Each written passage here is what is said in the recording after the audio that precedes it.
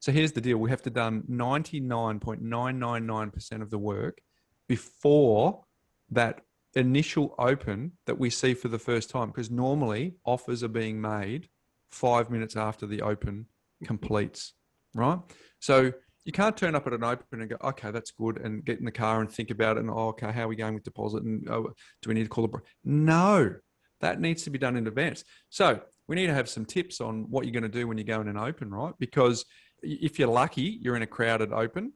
If you're unlucky, you're in a big lineup out the front, putting your COVID barcode on, and you get your 3.6 minutes in the house quickly.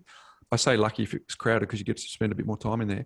But you're gonna have to be assessing really quickly, with a lot of people making a lot of conversations, and some people trying to put you off by saying, "Oh my gosh, look at the floors, they're leaning," and all sorts of game plans or gamesmanship.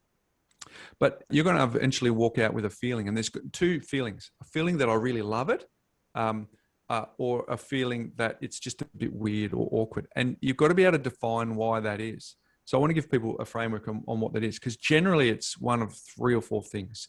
If it feels really great, it's because it had great natural light, felt really roomy, the floor plan actually worked, the orientation was fine. It just felt right, but you might not be able to quickly work out what it is. So think about that. Space, did it have a good feeling of space? Was the light really great? Did the floor plan make sense? Bedrooms, then services, then living, then entertainment is your textbook sort of south to north orientation on your floor plan.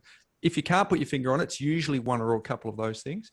But equally, if you walk out and you go, oh, this is the one where it's really, oh, that just didn't quite feel right, and I can't put my finger on it, it's usually because it's the opposite.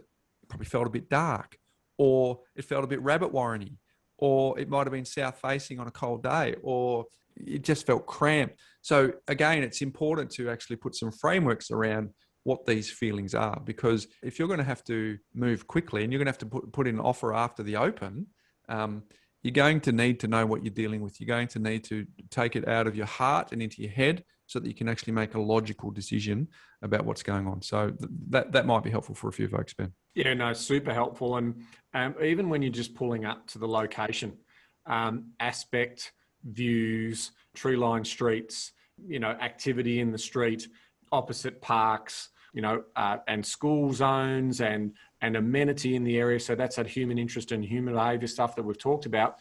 All of those little elements are building your story.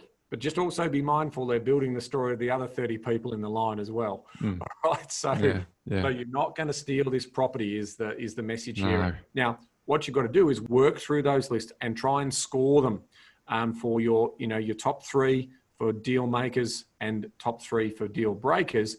And that will help you in your selection process to get down to what Bryce was saying before. Finally, that one that is your preferred and that secondary property, which might be your backup.